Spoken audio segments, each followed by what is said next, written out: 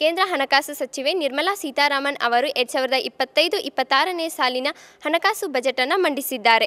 ತಮ್ಮ 75 ನಿಮಿಷದ ಬಜೆಟ್ ಭಾಷಣದಲ್ಲಿ ಹಲವಾರು ವಿಚಾರಗಳನ್ನು ಪ್ರಸ್ತಾಪಿಸಿದ್ದಾರೆ. ಆರೋಗ್ಯ, ಶಿಕ್ಷಣ, ಕೃಷಿ ಕ್ಷೇತ್ರಗಳಿಗೆ ಅತಿ ಹೆಚ್ಚಿನ ಮಹತ್ವವನ್ನು ನೀಡುವುದರ ಜೊತೆಗೆ ತೆರಿಗೆ ವ್ಯವಸ್ಥೆಯಲ್ಲೂ ಕೂಡ ಹಲವಾರು ರೀತಿಯಾದಂತಹ ಬದಲಾವಣೆಯನ್ನು ಮಾಡಲಾಗಿದೆ. ಹಾಗಾದರೆ ಬನ್ನಿ ಇದರ ಬಗ್ಗೆ ಯಾವ ರೀತಿಯಾಗಿ ಪ್ರತಿಕ್ರಿಯೆಯನ್ನು ನೀಡಿದ್ದಾರೆ ಎಂಬುದನ್ನು ನೋಡೋಣ. ನಮಸ್ಕಾರ, ನನ್ನ ಹೆಸರು ಪ್ರೊಫೆಸರ್ ಡಿ ಎಂ ಮದ್ರಿ, ಅರ್ಥಶಾಸ್ತ್ರ ವಿಭಾಗದ ಮುಖ್ಯಸ್ಥರು, ಕರ್ನಾಟಕ ರಾಜ್ಯ ಅಕ್ಕಮಹಾದೇವಿ ಮಹಿಳಾ ವಿಶ್ವವಿದ್ಯಾಲಯ ವಿಜಯಪುರ. ಇಂದು ದೇಶದ ಹಣಕಾಸು ಸಚಿವರಾಗಿರ್ತಕ್ಕಂಥ ಶ್ರೀಮತಿ ನಿರ್ಮಲಾ ಸೀತಾರಾಮನ್ ಅವರು ಮಂಡಿಸಿರುವ 2025ನೇ ಸಾಲಿನ ಆಯವ್ಯಯವು ರೈತರಿಗೆ, ಯುವಜನತೆಗೆ, ಮಹಿಳಾ ಮತ್ತು ಮಕ್ಕಳ ಕಲ್ಯಾಣಕ್ಕೆ, ಉದ್ಯೋಗ ಸೃಷ್ಟಿಗೆ, ಶಿಕ್ಷಣ, ಕೌಶಲ್ಯ ಮತ್ತು ಸಂಶೋಧನಾ ಅಭಿವೃದ್ಧಿಗೆ ಹೆಚ್ಚು ಒತ್ತು ನೀಡಿದ್ದು ಇದೊಂದು ಜನಪರ ಆಯವ್ಯಯವಾಗಿರುತ್ತದೆ ಎಂಬುದು ನನ್ನ ಅನಿಸಿಕೆಯಾಗಿದೆ. ನನ್ನ ಹೆಸರು ಡಾಕ್ಟರ್ ಮುನ್ರಾಜು, ತುಮಕೂರು ವಿಶ್ವವಿದ್ಯಾಲಯದ ಪ್ರಾಧ್ಯಾಪಕರು.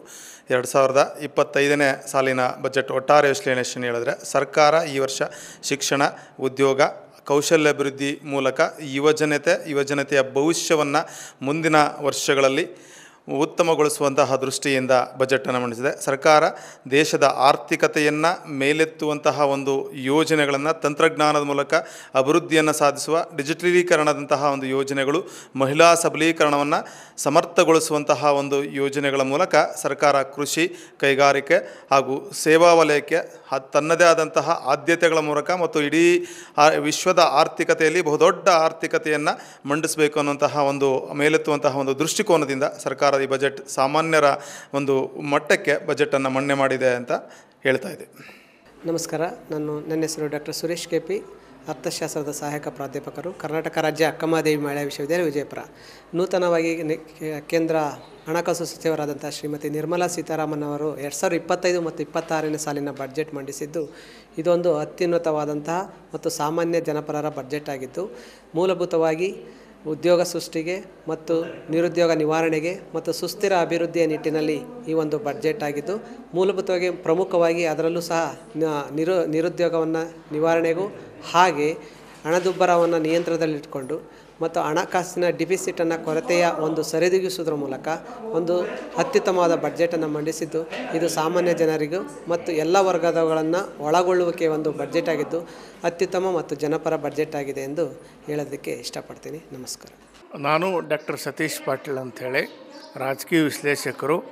ಈ ಒಂದು ವರ್ಷದ ಕೇಂದ್ರದ ಆಯವ್ಯಯ ಪತ್ರಿಕೆ ಬಗ್ಗೆ ನನ್ನದೇ ಕೆಲವು ವಿಚಾರಗಳನ್ನು ಪ್ರಸ್ತಾಪ ಮಾಡ್ತೇನೆ. ಹಣಕಾಸು ಸಚಿವೆ ನಿರ್ಮಲಾ ಸೀತಾರಾಮನ್ ಮಂಡಿಸಿದ ಬಜೆಟು ದೂರದೃಷ್ಟಿಯ ಬಜೆಟ್ ಅಂತ ತಿಳ್ಕೊಂಡು ಹೇಳ್ಬೋದು. ಈ ಒಂದು ಬಜೆಟ್ನಲ್ಲಿ ಗ್ರಾಮೀಣಾಭಿವೃದ್ಧಿಗೆ, ರೈತರಿಗೆ ಮತ್ತು ಮಹಿಳೆಯರಿಗೆ ವಿಶೇಷ ಆದ್ಯತೆ ನೀಡಿದ್ದು ಸ್ವಾಗತಾರ್ಹವಾದರೂ ಮಧ್ಯಮ ವರ್ಗದವರಿಗೆ ತೆರಿಗೆ ಭಾರವನ್ನು ಇನ್ನಷ್ಟು ಇಳಿಸಬೇಕಾಗಿತ್ತು.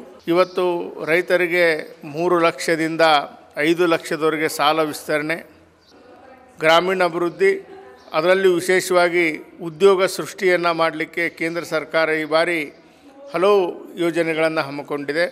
ಅದರಲ್ಲಿಯೂ ಬಡ, ಮಧ್ಯಮ, ರೈತ, ಮಹಿಳೆಯರಿಗಾಗಿ ವಿಶೇಷ ಉದ್ಯೋಗದ ಒಂದು ಯೋಜನೆಗಳನ್ನು ಘೋಷಣೆ ಮಾಡಿದ್ದು ಕೂಡ ಸ್ವಾಗತಾರ್ಹ.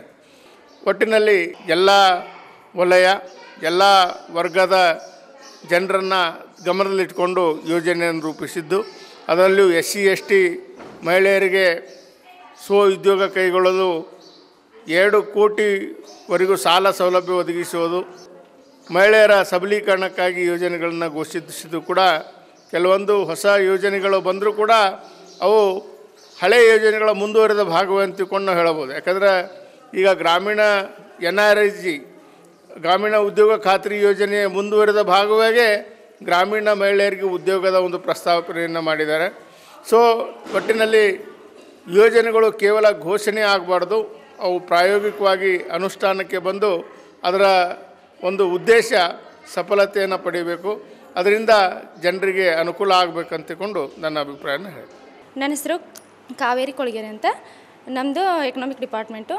ಈ ಸಲದ ಬಜೆಟ್ ಬಗ್ಗೆ ಏನು ಹೇಳಬೇಕಂದ್ರೆ, ಜಾಸ್ತಿಯಾಗಿ ಗ್ರಾಮೀಣ ಅಭಿವೃದ್ಧಿಗೆ ವ್ಯಾಲ್ಯೂ ಕೊಟ್ಟತಿ. ಯಾಕಂದರೆ 100% ಜಲಜೀವನ ಮಿಷನನ್ನು ನಗರಗಳ ಅಭಿವೃದ್ಧಿಗೋಸ್ಕರ ಇಂಪ್ರೂವ್ ಮಾಡ್ತೇವೆ ಅಂತ ಹೇಳೈತಿ. ಆಮೇಲೆ ಬೀದಿ ವ್ಯಾಪಾರಿಗಳಿಗೆ 30,000 ರೂಪಾಯಿ ಸಾಲ, ಪ್ರತಿಯೊಬ್ಬರಿಗೂ 30,000 ರೂಪಾಯಿ ಸಾಲವನ್ನು ಒದಗಿಸ್ತು ಅಂತ ಹೇಳೈತಿ.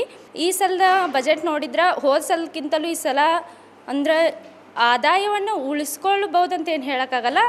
ಅಂದ್ರೆ ಹೆಚ್ಚಾಗಿ ದೇಶವನ್ನು ಮುಂದುವರಿಸೋಕೆ ಜಾಸ್ತಿ ವ್ಯಾಲ್ಯೂ ಕೊಟ್ಟೈತೆ ಅಂತ ಹೇಳ್ಬೋದು. ನೋಡಿದ್ರಲ್ಲ ವೀಕ್ಷಕರೇ, ಇವಿಷ್ಟು ಬಜೆಟ್ ಬಗ್ಗೆ ನೀಡಿರುವಂತಹ ಅಭಿಪ್ರಾಯಗಳು. ಉದ್ಯಮಿದಾರರು, ಮಹಿಳೆಯರು ಹಾಗೂ ಮಧ್ಯಮ ವರ್ಗದವರಿಗೆ ನೀಡಿರುವ ಯೋಜನೆಗಳ ಬಗ್ಗೆ ಮೆಚ್ಚುಗೆಯನ್ನು ವ್ಯಕ್ತಪಡಿಸಿದ್ದಾರೆ. ಒಟ್ಟಿನಲ್ಲಿ ಇದೊಂದು ಜನಪರವಾದ ಬಜೆಟ್ ಆಗಿದೆ ಎಂಬಂತಹ ಅಭಿಪ್ರಾಯಗಳನ್ನು ವ್ಯಕ್ತಪಡಿಸಿದ್ದಾರೆ. ಕ್ಯಾಮ್ರಾ ಪರ್ಸನ್ ಶಿಲ್ಪಾ ಪವಾರ್ ಜೊತೆ ವಿದ್ಯಾಶ್ರೀ ಮೇಗಾಡಿ, ಅಕ್ಕ ಟಿವಿ.